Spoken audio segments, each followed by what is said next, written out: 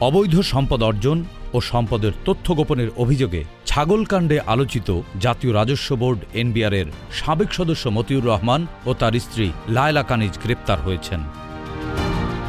মঙ্গলবার দিবাগত রাতে রাজধানীর বসুন্ধরা থেকে তাদেরকে গ্রেপ্তার করেছে ডিবি পুলিশ। এ দম্পতির বিরুদ্ধে একাধিক মামলা রয়েছে। সবশেষ তাদের বিরুদ্ধে ৩টি মামলা দায়ের করেছে দুর্নীতি দমন কমিশন দুদক। মতিউর রহমান, তার প্রথম স্ত্রী সাবেক উপজেলা চেয়ারম্যান লায়লা কানিজ ও ছেলেমেয়ের বিরুদ্ধে ১২৪ কোটি টাকার অবৈধ সম্পদ অর্জন ও সম্পদের তথ্য গোপনের অভিযোগে মামলাগুলো দায়ের করে দুদক। মতিউর রহমানের ছেলে গত বছর ১২ লাখ টাকা দামের একটি কোরবানির ছাগলের ছবি ফেসবুকে পোস্ট করার পর বিতর্ক শুরু হয়। ছবিটি ভাইরাল হলে মতিউরের সম্পদের উৎস নিয়ে ওঠে প্রশ্ন।